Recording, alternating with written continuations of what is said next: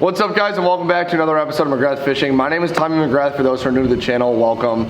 We got a pretty special episode today. I'm gonna be going ice fishing, but instead of getting live bait and getting wax worms, I'm only gonna use what I got on my mystery tackle box the last 2 months. So everything that I got on my mystery tackle box, all the soft plastics, all the lures, that is the only thing I'm gonna use for ice fishing today. Today's video is sponsored by Follow the Action Outdoors. I got my Follow the Action beanie on and then my Follow the Action Brandon hoodie. We got like 6 days before the Florida Keys. It's gonna be an epic series, but until then, we are gonna continue to do some ice fishing and I'm excited to get on them. So hopefully we can catch them today. My target species is the bluegill and the bass. I caught my personal best bass there, 9 pounds, 1 ounce in this small little pond. It was absolutely insane. Had no idea it was in there. Thought I had a ginormous like catfish or whatever it was the time I had it, and it was a 9 pound, 1 ounce bass. Thank you guys for tuning in today's episode. I'm gonna stop talking and we're gonna shoot to the pond. Here we go.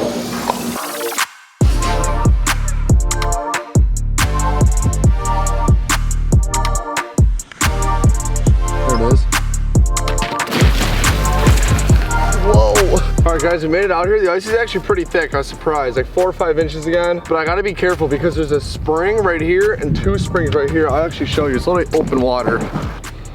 So right there, you guys can probably hear the water right there, but then, and then right there, that's all open water. I'm gonna start like pretty much in the middle. I actually do have my Humminbird flasher today, so I'm gonna know exactly where I'm at all times. Let's get popping holes.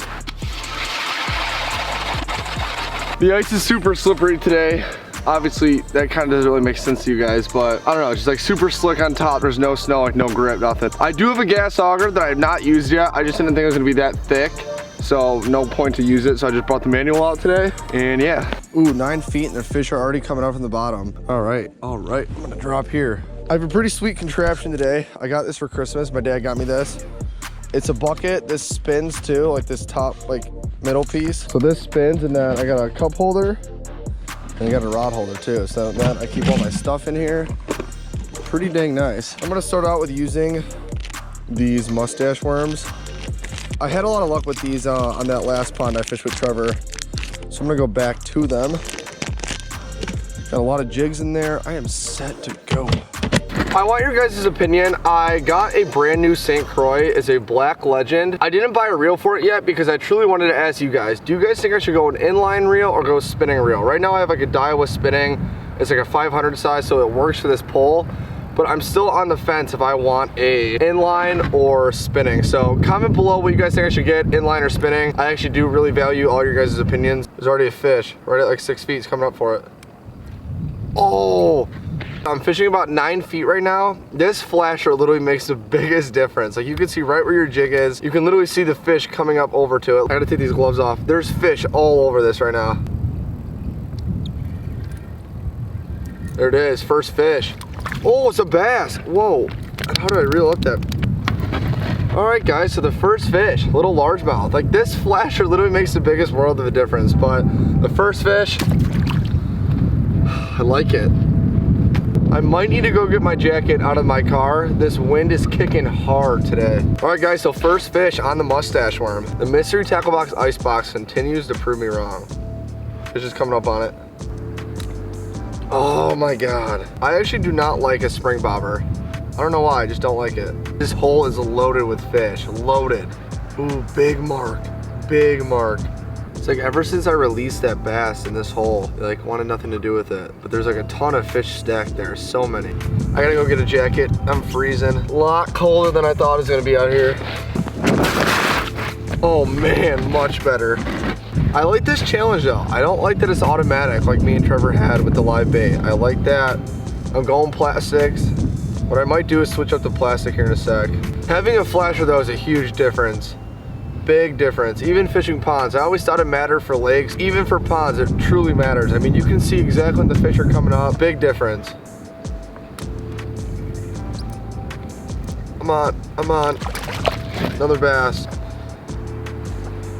Not a bad, second little fish. I'll take it. Oh, my phone almost just went in the water. Alrighty.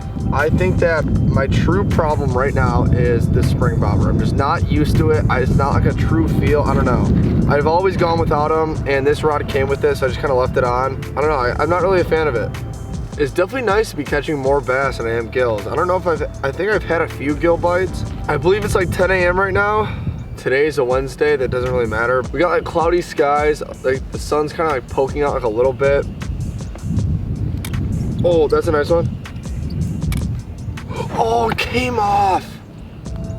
That was a decent bass. That was like a 2-pounder. That was the biggest one of the day by far. All right, guys, I'm kind of screwed.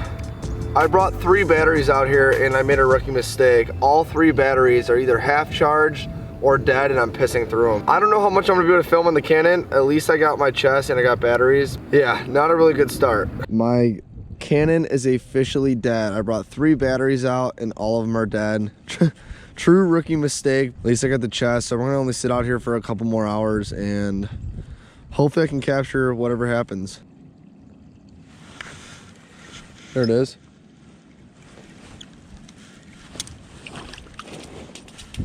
Another little bass. Not bad. Not bad.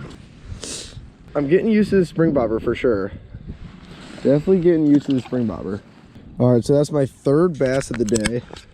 My 3rd bass of the day. I would have had 4. And that bass that came off was probably easily the biggest. I would say that one was at least 1.5 pounds to 2 pounds. It wasn't a ginormous bass, but it was definitely a good bass. I really like this Humminbird Ice 35. Probably would never ice fish without it. Okay, so from the summertime, I just missed another bite, but from the summertime, I know this pond is loaded with bluegill. I am so shocked I have not gotten 1 gill. It's all been bass, which, hey, I'm not complaining, but I'm just shocked. I can't believe I brought out 3 dead batteries. Like, I can see like maybe 1 or 2, but all 3 being dead, that is something that I've never done. I am so hungry. I can't wait to go get tacos. One thing I will say about this pond is the bass are smart. The bass definitely don't just like hit out of nowhere. There's been like a few springs where I have fished open water and you've like caught a bunch of bass and then like the next like 2 months, none of those bass will bite anything. It's like they know. So a smaller pond definitely is not as good to like kind of keep like pounding, but to come once in a while, it always does pay off. All right, we're moving spots. We are gonna drill a new hole. This is not working. All the fish keep coming onto the jig. They want nothing to do with it. Like I said, I'm used to that though with this pond. So we're gonna go over to that side and hopefully it's better. Like I said, today's mission is definitely the soft plastics. If I had the wax worms with me, this would be like left and right. So if you see that dark spot right there, that's more open water. There's like 4 to 5 spots. There's 1 right there, 1 over there, and 2 over there, and then there's 1 on that side too. So there's a bunch of like springs leading into here. All right guys, so I popped a hole off camera because I just wanted to know honestly how deep it was in the middle. I've always wondered. It's 14 feet here and it is loaded with fish, the most I've seen all day. This is crazy. Did you guys see that? That was a bass bite for sure. Oh, I'm on.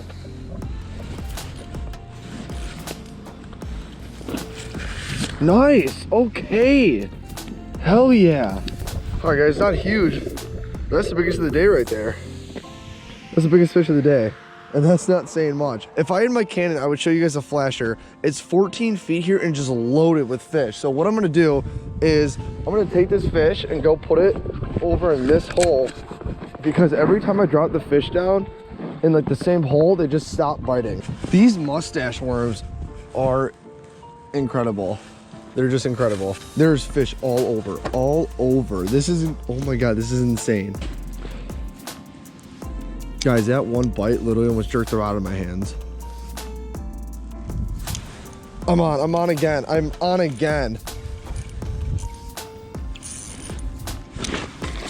Oh, let's go. Number 2, again. We'll go drop him in the other hole.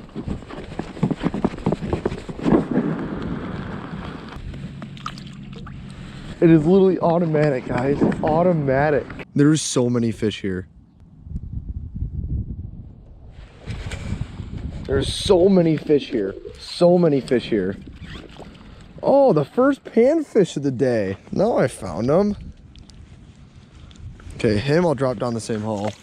so I'm not worried about that. Guys, I think I literally popped this hole in the middle of the pond. I'm in the dead center middle, from like corner to corner. I literally only did it just to know, like I did it off camera because I just wanted to know the depth. I was seriously just curious because the owner of this pond told me that it was 20 feet deep a long time ago. I kind of found that hard to believe, but now I'm reading about 14, 15 feet, and this is like the most stacked I've seen the fish. They're just all over, ranging from 7 to 14 feet. They're just non-stop. Out of all the years I've been ice fishing, I've never seen a fucking flasher this stacked with fish like this. I missed one. So I'm definitely getting used to this spring bobber. It's definitely a different feel. I don't know, I feel like you feel less and you're more just like looking at the spring bobber. That's like my opinion. I could be totally wrong. All right, here, I'm gonna reel up to about, we'll go 9 feet. All right, look at that. All the fish follow. All the fish follow. Oh! Guys, this is insane. Like, so the bottom's at 14.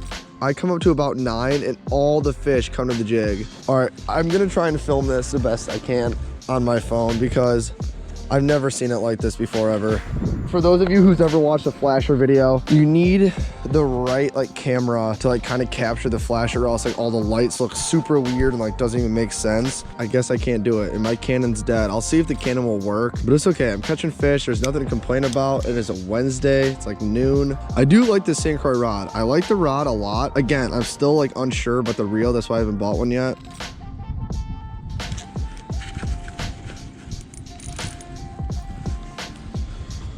Oh, I just had that one all the way up to the ice and it popped off. I've lost my last 3 now, but the bite has definitely changed. I mean, I was getting bites earlier, I was catching fish, but now it's like literally every drop down is a bite. I've lost 3 already in this hole in the last like 10 minutes. I want to end the day with at least one super nice bass. That one I lost when I first got here was definitely the biggest so far. But now you guys kind of got like the whole gist of like this pond. Like, you'll catch a few and it's like they kind of like shut off. It's like they know that they're about to be caught. It's super weird though. It's been like that all spring, summer. This pond has always been like that.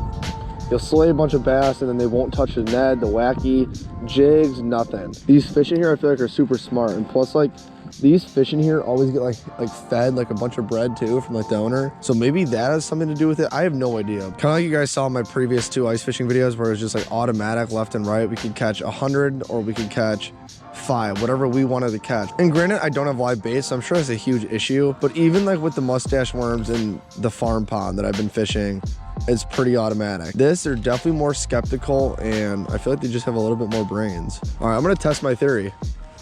Let's see if my theory is correct. I'm gonna move down about 10 to 15 feet. All right, so I popped a new hole. I wanna test my theory. I wanna see if they bite right away here. Definitely a gill. Oh, See, I'm telling you guys, look, you drill a new hole. This is definitely a bass. Come on, baby. Look at that. See? The first drop in a new hole and they hit it right away. Now watch. I'm gonna put it over here. I think that's like my 7th or 8th. I have no idea. I kind of lost count. I'm paying attention more to like the actual bite than how many I'm catching. They're all moving up to my jig. Nice mark. Missed it. For obviously all you ice fishermen, you know this, who uses flashers, but for those who don't, like when I'm looking at in the flasher, when I say like nice mark, a nice big mark where it's like red and yellow and like more than just like a little green line is a bigger mark. So like a lot of the bluegill that I've been marking have just been like green, a little bit of yellow. And obviously it all depends on like the sensitivity you have your thing set to and like your gain. When it's like a smaller fish, it's usually a green mark and that's about it. Maybe a little bit of yellow sometimes. But then when it's a bigger mark, it'll either have like a lot of yellow, like a little bit of red in there. That's like kind of what I'm saying when I say like nice mark. All right, I am down to my last GoPro battery.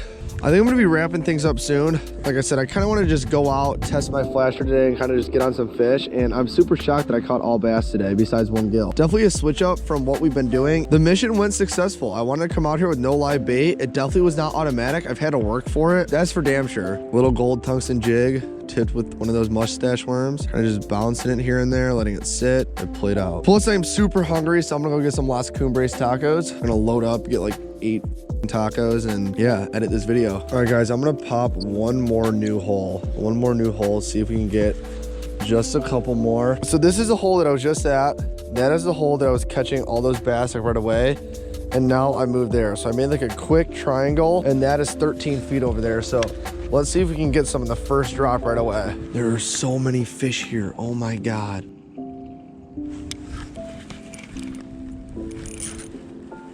Come on. See, look at that. First drop in the hole, in a new hole, and they hit right away. That has literally been the bite all day long. Drill a new hole, catch a few fish out of it, they stop biting, drill a new hole, and get some. But this is so loaded up right now. There are so many fish here. We're gonna drop it in this hole. Baz. Come on, one more. One more to top off the day, then we're gonna get some tacos. So you guys look, now I haven't got a bite. It's like the first drop, I get them. And then like after that, they're super skeptical, will not bite. Or like they're just barely grabbing it, and that's like why I'm missing the bites. I don't know, it's super hard to figure out. See, like if you guys were looking at my flasher, could see it right now. There are so many fish here. I mean, there are fish ranging from 8 feet all the way to the bottom, like a ton of them, just like moving up and down. So if I bring my jig up to about, here, I'll bring it up to about 7 feet right on the dot. See, look, now they all start coming up. They all move right towards my jig and right on it. Take it. There it is.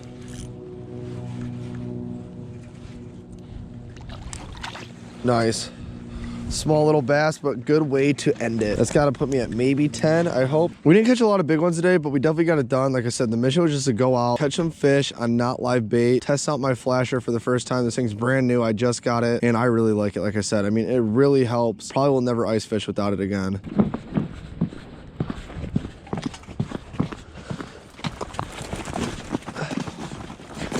All right, guys, this is gonna do it for the day. I just got back. I ended up ordering like $41 worth of tacos. So tip number, like whatever it is, just don't order food on the ice when you're super hungry. It's like when you go to the grocery store when you're super hungry, you always like end up buying a bunch more food that you don't even need. So no worries there. But guys, if you want to pick up anything from followtheaction.com, be sure to use my promo code McGrathFish. Use it at checkout. Save 15% in your whole entire order. And I really hope you guys enjoyed today's video. Mission today went successful. I was able to get bass on only using the mystery tackle box. I only used pretty much the mustache worms that actually like worked. I used some other stuff, but they really didn't work, so I didn't add it in the video. I really hope you guys enjoyed today's video. I will see you guys in the next episode of McGrath Fishing. Be sure to hit that like button, subscribe, and we're out.